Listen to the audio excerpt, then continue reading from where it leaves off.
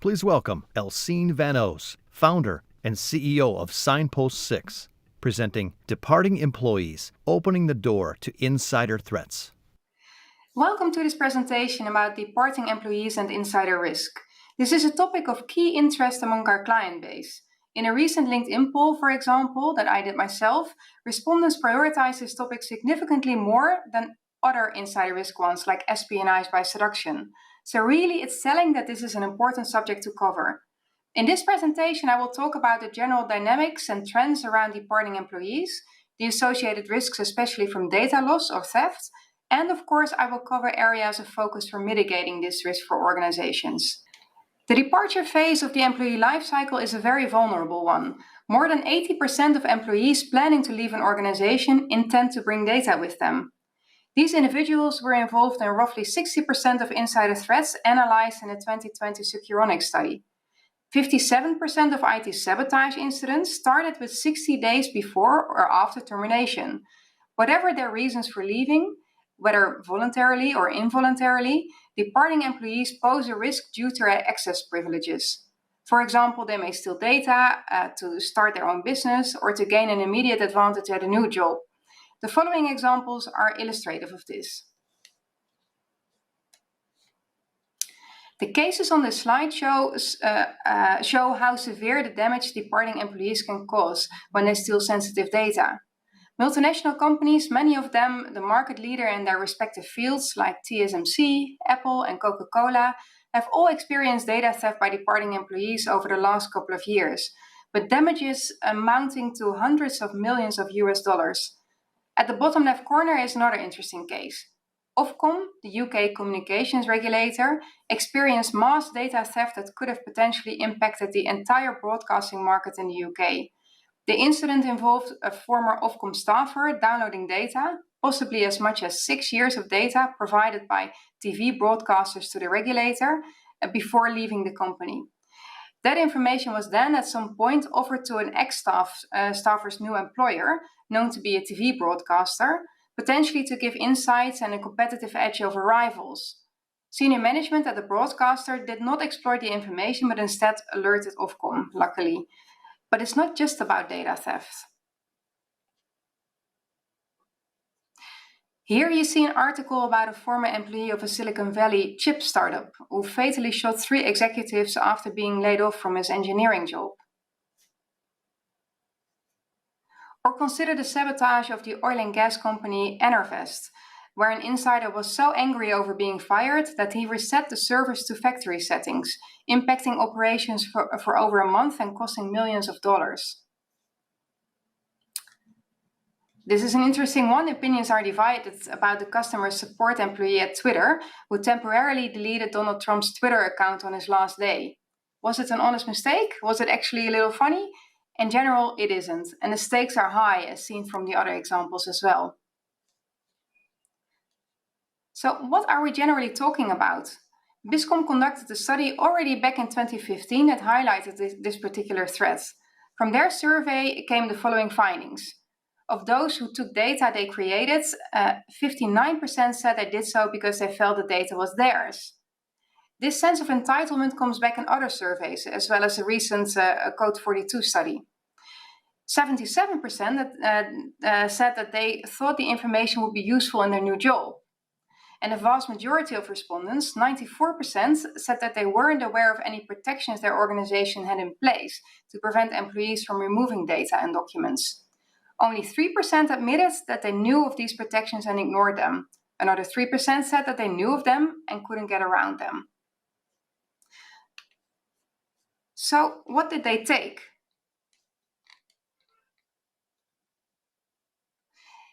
"88% of respondents took company strategy documents and presentations. 31% took customer contact lists and 25% took intellectual property from that particular study.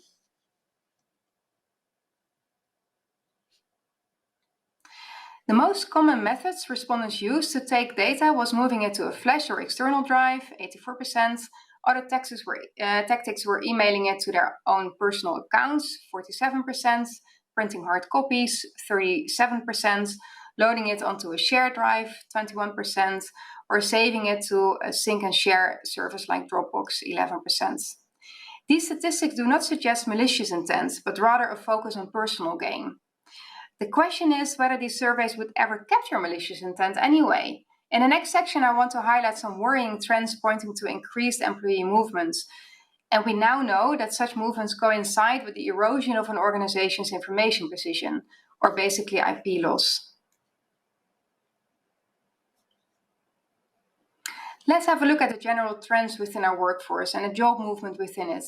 Here are some factors impacting the risk of especially data loss and theft. In comparison to the 2000s, the workforce has changed significantly, as has the way we work. Employee management has become more critical than ever to attract talent, retain employees, improve business results, and manage insider risk. Today's young tech-savvy millennials make up roughly half of the modern workforce, and that will increase to 70% by the year of 2025. Pay and benefits remain relevant, but they are no longer the main driver behind all employment decisions. Strengths-based growth opportunities and personal development have gained importance. Employees want flexibility in working locations and challenge 9-to-5 norms. The concept of an office has been overtaken by workspaces, and bring your own device policies are becoming more common. Due to increased labor market mobility, people do not remain in their job position for more than 5 years. That's very different from the past. Workforces have also grown more diverse and globally dispersed with a variety of backgrounds and experiences. Diversity has positive effects on decision-making and innovation, but also demands greater management skills to navigate the complex dynamics of the workplace. People enter organizations with a unique set of values, mindsets, and behaviors. One person's notion of unwanted behavior may be very different from another person's view, and when issues do escalate, all employees respond differently. These changes pose new challenges for managing insider risk, especially in the domain of employee incentives and motivation. Building a robust employee-employer relationship and creating a healthy work environment through employee lifecycle management is often seen as hurdles, depriving resources of the core business. Perhaps it looks like that in the short term, but in the mid to long run, it improves business results and increases resilience against insider threats. And we'll go into that a little bit later as well. In 2019, workers were quitting their jobs at record rates, with labor experts saying workers did so in order to secure the pay raises and promotions they weren't getting from within. Then, beginning of March 2020, the labor market shed 20.5 million jobs in the first few weeks of the coronavirus pandemic. But with signs pointing towards recovery in many economic sectors, workers are feeling the itch to job hop yet again. By some estimates, 1 in 4 workers is planning to look for opportunities with a new employer once the threat from the pandemic has subsided. Of the 26% of workers planning to leave their employers after the pandemic, 80% are doing so because they're concerned about their career advancement. Meanwhile, 72% say the pandemic caused them to rethink their skill sets. More than half of potential job hoppers have sought new training and skills during the pandemic, possibly preparing to change jobs in the next few months. Why is this such a problem?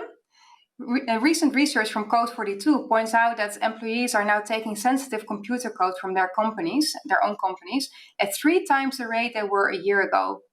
Their analysis of data of 700,000 company devices found that there were about 65 million attempts made by staff to exfiltrate source code from their corporate networks in the 3 months ending June 2021, so really recently, up from about 20 million in each of the previous 3 quarters. A big change. Then the war for talent. This refers to an increasingly competitive landscape for the recruitment and retention of talented employees, especially in the technology sector. 44% of organizations say finding qualified employees is their biggest challenge. Apart from the regular concerns sketched out earlier of departing employees to competitors, there are also less benign concerns of overseas competitors approaching key company scientists and engineers and attempting to lure them to higher paid jobs at firms that seemingly have no link to their profession. Many of these firms are said to be paper companies set up by the competitors to exploit loopholes in international regulations on intellectual property, experts, and intelligence. This is one way to more actively steal IP, and that is a very growing concern. So to this background of statistics and trends, let's turn to insider risk management solutions for this problem. It will prove to be a complex mix of long-term measures, but also quick fixes. Once employers get past onboarding the right people, they need to constantly answer the question of how to keep them on board. Start by identifying the employees that you most need to retain. Work out what in particular drives staff turnover among these people. Make sure you have that understanding through various means. This can be collected from employee satisfaction surveys, individual conversations, or exit interviews from your prior employees. All of these provide the data you need to support your staff adequately. Put in place management practices that will improve retention. It is about knowing exactly what makes your specific labor market tick and making sure your policies and organizational culture fit expectations. A successful retention strategy requires smart investments across the organization in wages, in job training opportunities, and technology, for example, becoming a pioneer in new ways of working, and in community engagement. Tackling staff turnover and retention efforts needs to be seen as a long-term investment.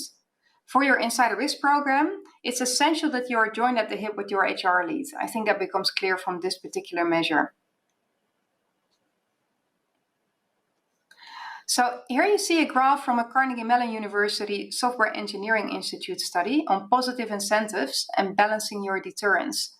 Ensure you set the right tone with your employees, also in support of your employees and not in support of your organization's IP protection, for example. Not only that. Ask yourself what positive incentives do we need to have right now? Bonus schemes, financial support systems, learning and development plans, especially the latter if you're looking at the more recent employee group.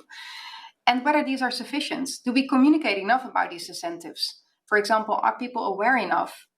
Overall, ensure a strong social contract between employer and employee. And sometimes an insider risk program, if you don't position it right, it puts that particular aspect under pressure. So it's even more important if we're really looking at departing employees and that subject. Another way to look at the subject is employee lifecycle management. I actually used the term before already.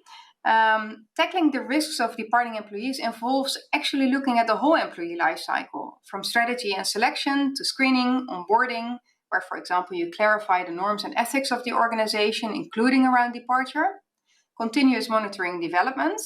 Think here especially of the balanced deterrence and incentives, and then renewal and termination. Employee and third-party lifecycle management is a holistic approach that involves HR, line management, procurement, IT, security, and the business lines. Here we will focus on some measures specifically related to the departure of an employee.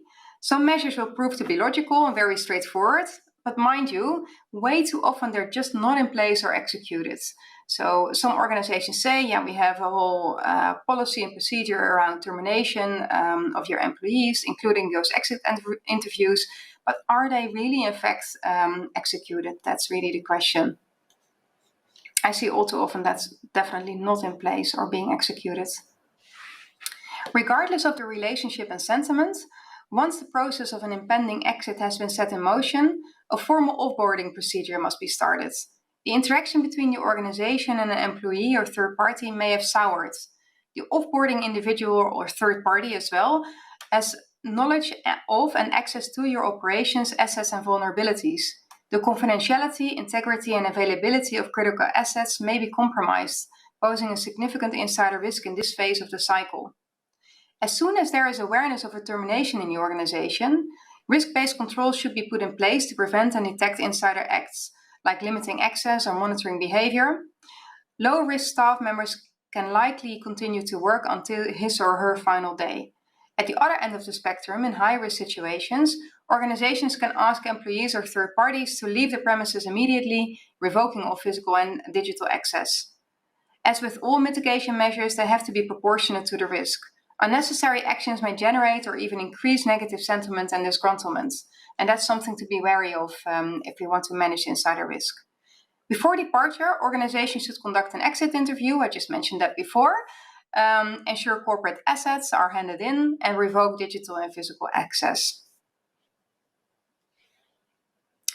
Prevent escalation and insider risk after a forced resignation by maintaining a good relationship, also after the departure of your employees. Some employees commit data theft even years after departure. So think here of Kevin Mallory, who committed espionage for the Chinese authorities 5 years after his tenure with the US intelligence services. Holistic insider risk management. As insider risk management professionals, we all know that we need to approach the risk of employee departing with data holistically. The employee lifecycle approach pointed this out as well. In addition, also look at it from a prevent, protect, detect, respond, and recover point of view.